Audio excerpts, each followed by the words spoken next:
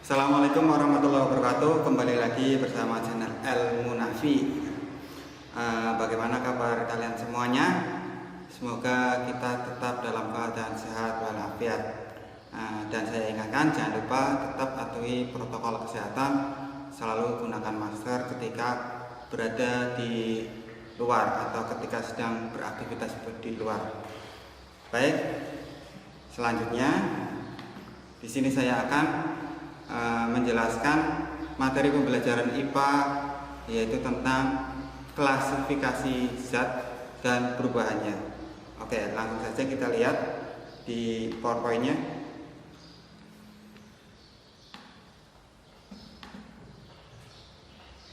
Ya, bisa diperhatikan di layar klasifikasi materi dan perubahannya.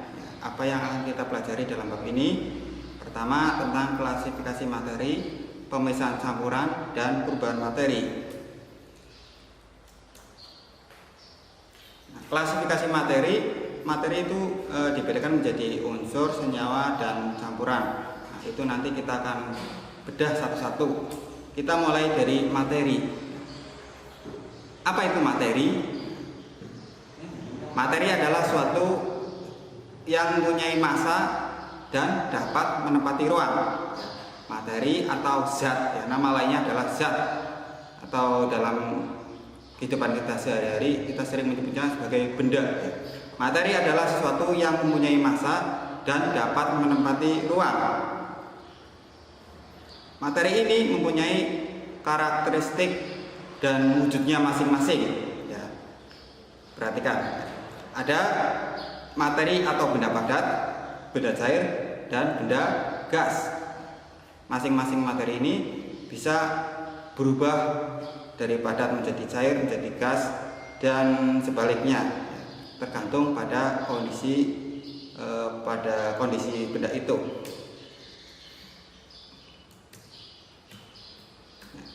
Sifat benda atau sifat zat, ya.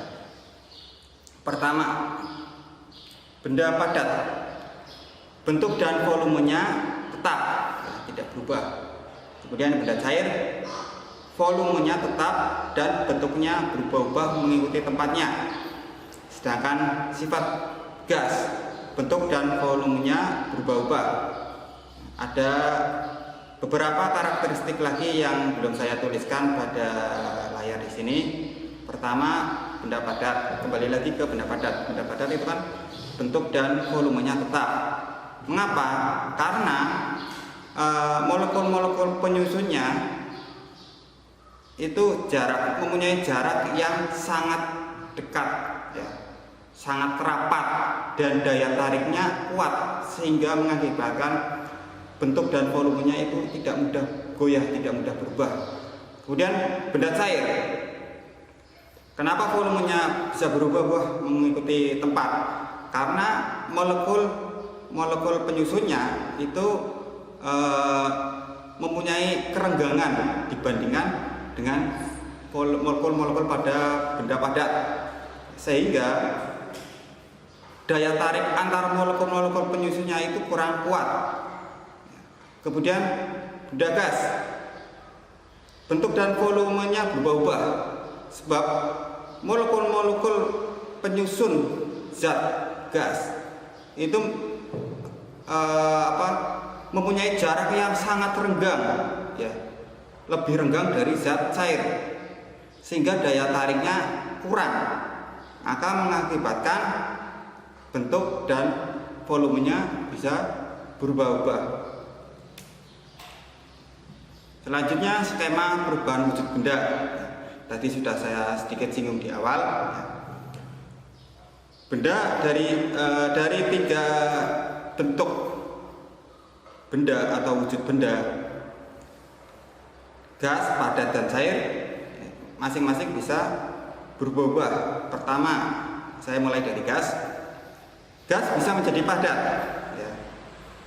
Gas bisa menjadi padat apabila suhunya menurun, yang mengakibatkan kerapatan molekul-molekul dalam gas semakin merapat sehingga bisa menjadi padat. Nah, proses perubahan wujud gas dari perubahan wujud benda dalam wujud gas menjadi padat itu disebut mengkristal. Sebaliknya, jika benda padat berubah menjadi gas disebut menyublim. Contohnya pada kapur barus, itu kan benda padat, tapi kok lama-lama benda padatnya itu tidak berwujud atau semakin kecil semakin menghilang. Kemana bendanya? Ternyata benda padat itu menjadi gas atau menyublim. Kemudian dari padat menjadi cair. Padat menjadi cair ini diakibatkan karena kerenggangan molekul-molekul penyusun benda padat semakin merenggang sehingga daya tariknya menjadi lebih lemah, akhirnya menjadi benda cair.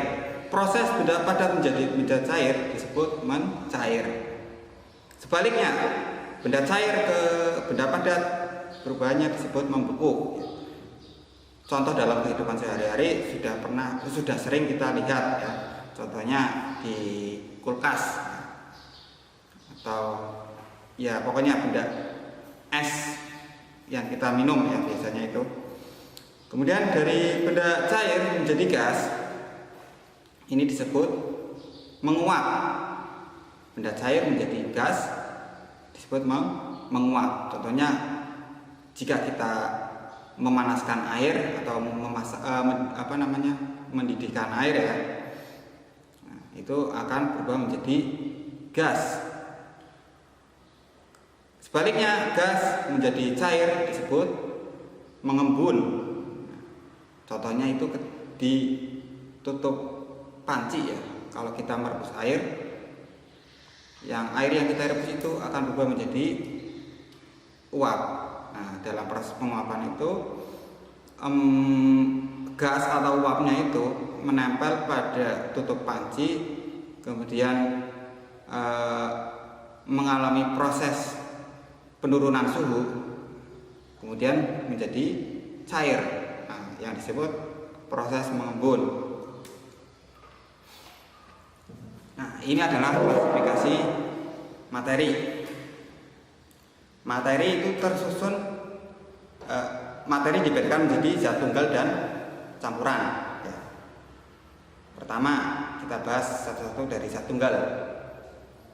Zat tunggal terdiri dari unsur dan senyawa ya, dibedakan menjadi dua jenis zat tunggal, yaitu unsur dan senyawa. Kemudian campuran juga dibedakan menjadi dua jenis, yaitu campuran homogen dan campuran heterogen. Nah, kita bahas mulai dari unsur ya. Unsur ini salah satu jenis zat tunggal. Apa itu unsur? Unsur adalah zat tunggal yang tidak dapat diuraikan menjadi zat-zat lain yang lebih sederhana melalui reaksi kimia biasa. Saya ulangi, unsur adalah zat tunggal yang tidak dapat diuraikan menjadi zat-zat lain yang lebih sederhana melalui reaksi kimia biasa. Bagian terkecil dari unsur itu adalah atom. Unsur dibedakan menjadi dua macam, yaitu unsur tunggal dan unsur molekul.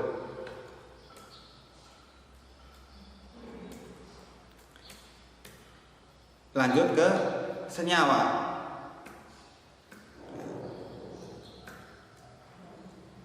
Nah, zat tunggal tadi kan ada dua jenis, unsur dan senyawa. Nah, yang kedua adalah senyawa. Apa itu senyawa? Senyawa adalah materi yang tersusun atas dua atau lebih unsur yang berbeda melalui reaksi kimia. Senyawa adalah materi yang tersusun atas dua unsur atau lebih yang berbeda. Dua unsur atau lebih, bisa 3, bisa 4 ya. Pokoknya lebih dari dua unsur yang berbeda. Contohnya unsur senyawa amonia. Senyawa amonia ini terdiri dari dua unsur nitrogen dan hidrogen. Kemudian gula pasir dengan rumus kimianya C12H22O11. Unsur penyusunnya apa? Unsur C karbon, H hidrogen, dan O oksigen. Itu senyawa ya. Jadi sudah bisa bedakan ya antara senyawa dan unsur. Tadi unsur adalah zat tunggal yang tidak dapat diuraikan lagi menjadi zat lain yang lebih sederhana. Nah, contohnya unsur. Contoh unsur di sini adalah mana tadi?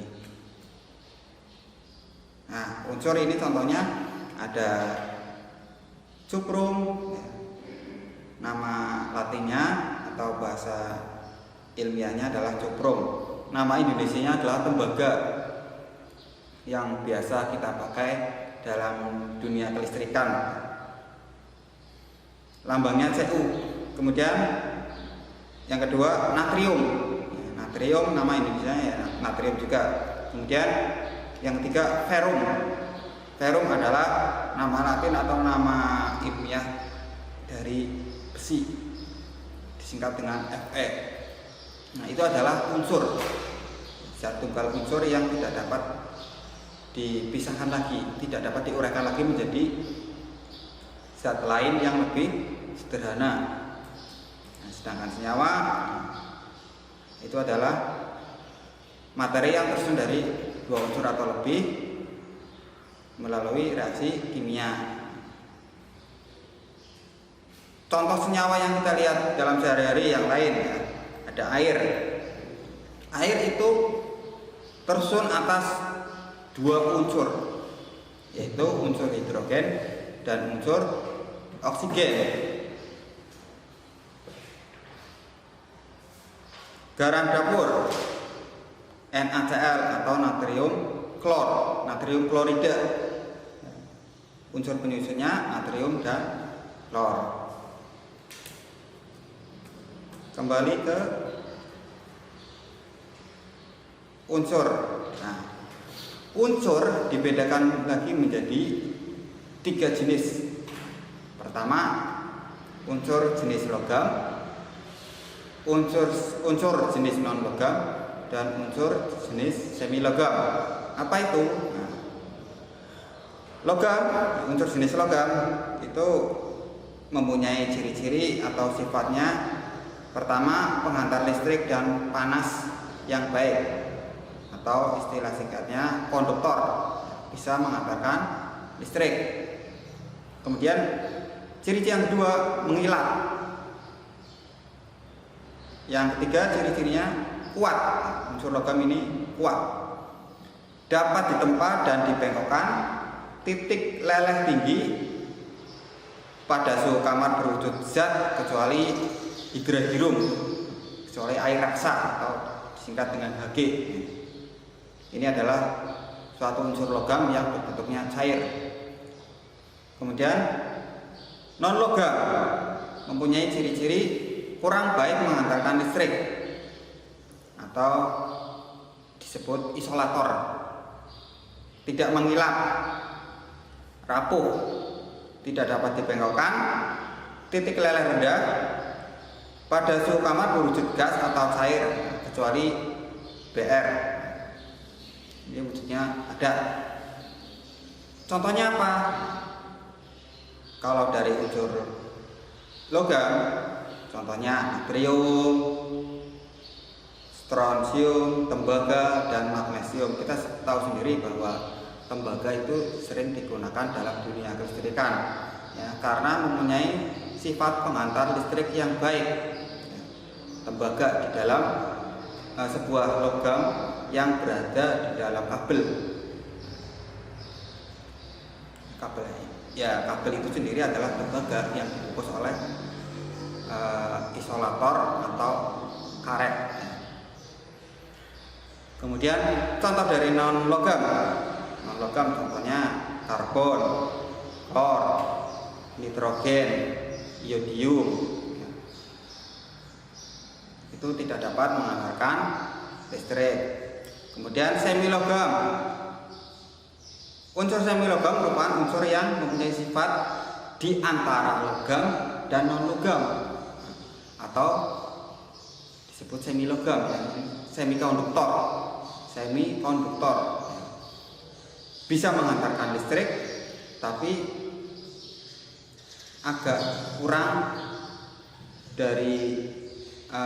kurang kuat daripada logam, tapi masih bisa menghantarkan listrik. Itu semi logam, sifatnya antara logam dan non logam. Contohnya adalah silikon. Ini juga sering digunakan dalam dunia elektronika, dunia kelistrikan. Semikonduktor di dalam sebuah komponen elektronik. Contohnya adalah komponen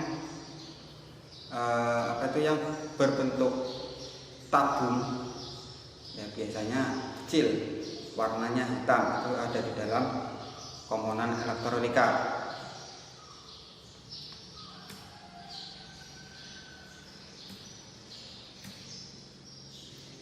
Kembali ke senyawa lagi. Senyawa itu mempunyai sifat yang berbeda dengan unsur. Sifat-sifat senyawa apa saja? Pertama, terbentuk dari dua unsur atau lebih yang berbeda melalui reaksi kimia. Ya, tadi sudah itu pengertian senyawa. Kemudian memiliki sifat yang berbeda dengan unsur penyusunnya. Maksudnya apa? Contohnya, saya ambil satu contoh adalah air, senyawa air. Senyawa air adalah senyawa yang tersusun dari dua unsur, yaitu hidrogen dan oksigen. Hidrogen mempunyai sifat mudah terbakar, sedangkan oksigen mempunyai sifat bisa membantu proses pembakaran. Namun, apabila kedua unsur ini bersatu, sifatnya justru kebalikannya. Air bisa memadamkan api, bisa memadamkan pembakaran. Ini yang dimaksud senyawa mempunyai sifat yang berbeda dengan unsur penyusunnya. Kemudian yang ketiga, dapat diuraikan menjadi unsur-unsur melalui reaksi kimia biasa. Contohnya tadi saya contohkan lagi, air H2O itu bisa diuraikan lagi atau dipisahkan lagi menjadi unsur-unsur hidrogen dan oksigen dengan proses reaksi kimia. Yang keempat, unsur-unsur penyusunnya memiliki perbandingan tetap. Yang kelima, pembentukannya memerlukan atau melepaskan energi. Kemudian campuran. Campuran adalah materi yang tersusun atas dua zat atau lebih, tapi mempunyai sifat yang sama dengan zat penyusunnya. Masih mempunyai sifat yang sama dengan zat penyusunnya. Nah, ini campuran. Ciri-ciri campuran adalah pertama, tersusun atas dua zat atau lebih. Yang kedua, memiliki sifat seperti zat penyusunnya. Yang ketiga, memiliki komposisi tetap. Yang keempat, zat penyusunnya dapat dipisahkan secara fisika, tidak melalui proses kimia, sehingga kita bisa dengan mudah memisahkan zat penyusun campuran tersebut.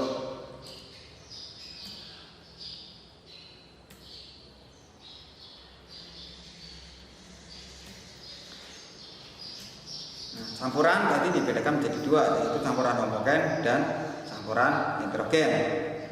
Campuran homogen, ciri-cirinya tersusun atas zat padat yang berfungsi sebagai zat terlarut dan zat cair yang berfungsi sebagai zat pelarut.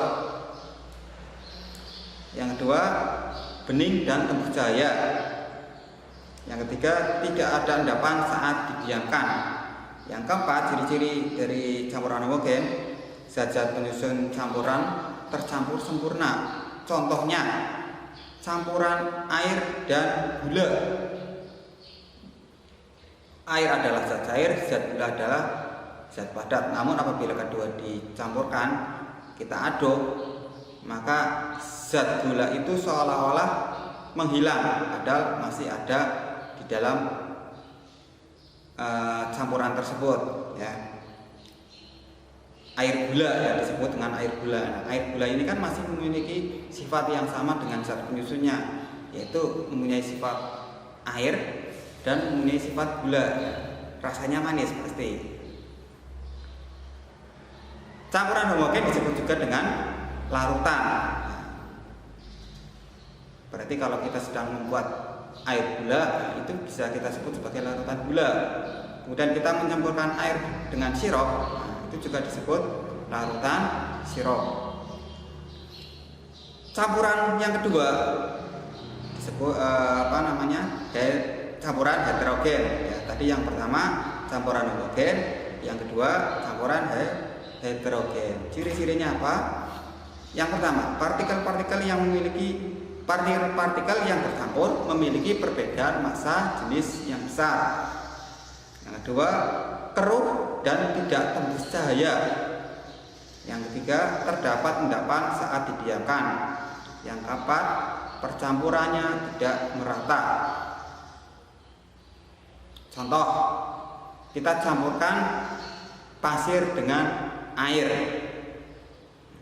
Di situ pasir tidak akan larut di dalam air.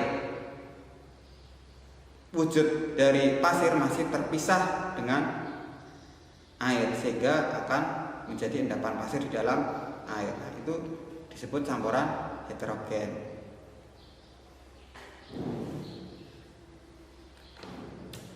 Selanjutnya ini ada campuran berdasarkan sifatnya larutan, ya, bukan campuran, ya, campuran heterogen, campuran homogen atau larutan. Ini diberikan menjadi larutan asam, basa, dan garam. Ini untuk pertemuan selanjutnya. Semoga kita masih dalam keadaan sehat walafiat lagi sehingga bisa melanjutkan pertemuan selanjutnya. Baik, terima kasih. Sekian yang dapat kami sampaikan. Mohon maaf apabila masih banyak terdapat kekurangan. Assalamualaikum warahmatullahi wabarakatuh.